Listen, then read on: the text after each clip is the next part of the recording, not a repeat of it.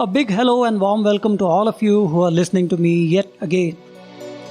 In the last session, I spoke of fallacies, which are simply wrong or invalid moves made to prove an argument. I spoke of 5 common fallacies encountered. Here are a few more. So the 6th one is cum hoc ergo propter hoc. I'll repeat, cum hoc ergo propter hoc.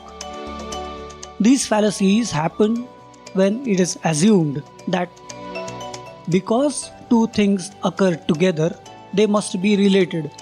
For example, people who eat oatmeal have healthy hearts, or roosters, they crow before sunrise.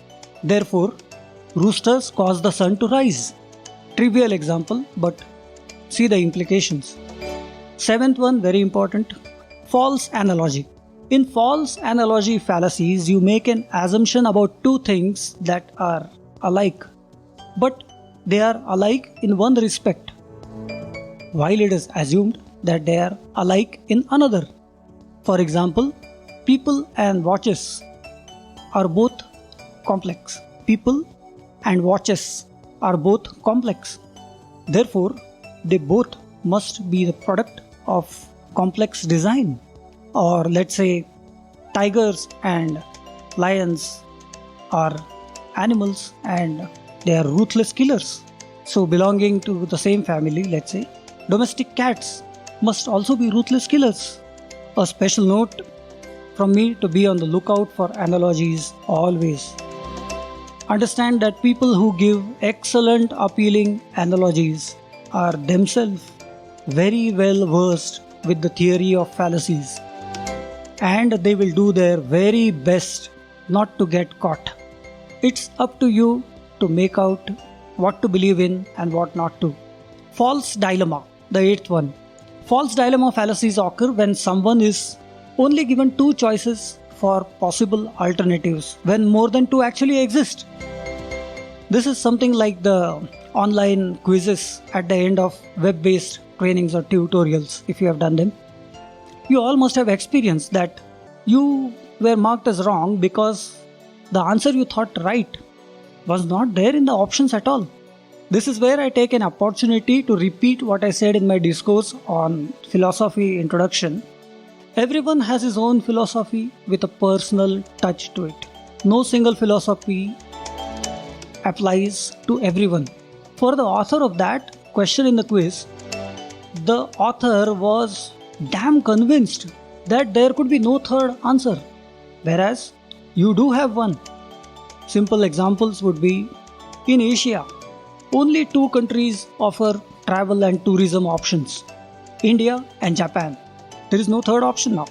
Katie is one of the, let's say, 10,000 students on her college campus. The only boys worth dating are Dave and Steve.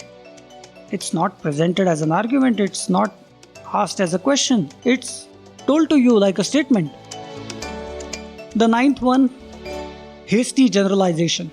If there is a most widely committed fallacy, then this is the one. If you have ever been accused of jumping to conclusions, then you have committed a hasty generalization most probably. This type of informal generalization makes an assumption based on a small sample and can lead to stereotypes. As a funny example, my brother, he eats cheeseburgers and pizza. He is thin. So cheeseburgers and pizza are not the cause of obesity. Or 4 out of 5 doctors recommend XYZ brand lotion for their patients. It must be the best. The 10th one, again, post hoc ergo propter hoc. Wow, what a simple name, isn't it? Well, simply put, these fallacies occur when it is assumed because one thing happened after another. It must have occurred as a result of it. For example, right when I sneezed, the power went off. I must have caused the outage. Or Mary wore her favorite necklace today and she topped her spelling test. That necklace must be lucky. We have all done this, haven't we? The 11th one, slippery slope. You might see a slippery slope fallacy when someone assumes that a very small action will lead to some extreme outcomes. Be careful of this. People will tell you just 3 minutes, listen to this and your life will change. Just do something for 15 minutes and you will lose weight. That doesn't happen. In reality, it doesn't happen. There is a law to energy, there is physics. It is defined by some intelligent people, right? So, for example, if we allow our 14-year-old daughter to have her first date tonight, what's next? A wedding, kids, small action, extreme outcomes. Or let's say, if today we teach Tommy how to drive the car, he'll want to learn how to fly helicopters next. The 12th one, straw man fallacy. A straw man fallacy happens when someone appears to be refuting the original point made, but is actually arguing a point that wasn't the initial start point. For example, President Trump doesn't have middle class Americans in mind. Well, you say he's part of the upper echelon of America. Now, these are two different things. Having middle class Americans in mind and being a part of the upper echelon of America. Or let's say, I say we should be doing more to make cars greener and more fuel efficient. And you say, oh, our cities are built for cars. Do you want to affect the economy? Now, these two things have got nothing to do with each other. The 13th one, sweeping generalizations. A sweeping generalization happens when a very broad application is applied to a single premise. For example, divorce is rampant in America. We only stand a 50% chance of survival. Therefore, we can't get married. Well, I guess I will stop at this much for now. Like I said, there are countless fallacies which are observed and documented nicely. Anyone who is interested can check out on the internet. As a starter, I hope I have been able to point out some common errors in reasoning, and I do hope you will be better equipped now to recognize them when they come your way. I sincerely hope that in your future writings or debates, or may I say in your life, this will serve as a guidepost to make sure you don't fall into traps of these kind. Before I take your leave for the day, I would just like to leave a personal opinion here. Please allow me. Gaining knowledge about fallacies should not result in losing trust in everybody. Understanding of fallacies should be used to block the wrong from affecting you. It should not block the good as well. In case you noticed, in the discourse I did not give any examples related to God or religion or men-woman equality and other such argumentative topics. I must leave it to you to apply these filters and then relook at your opinions and decide for yourself. As I said earlier, it's your life and it's your philosophy.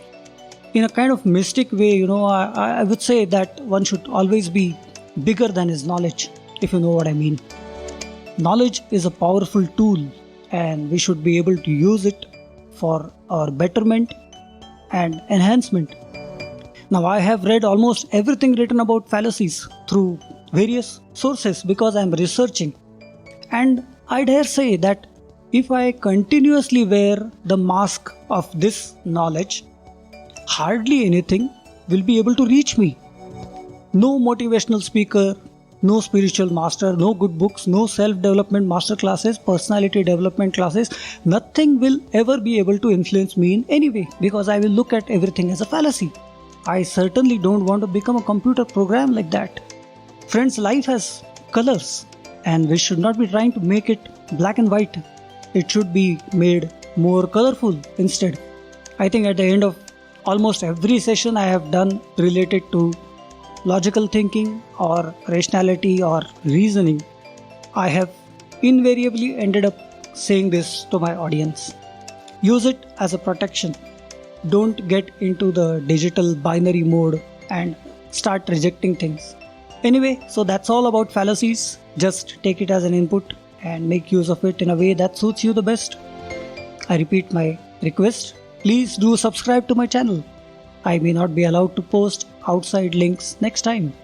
Until next time, bye bye, see you again. Thank you for listening.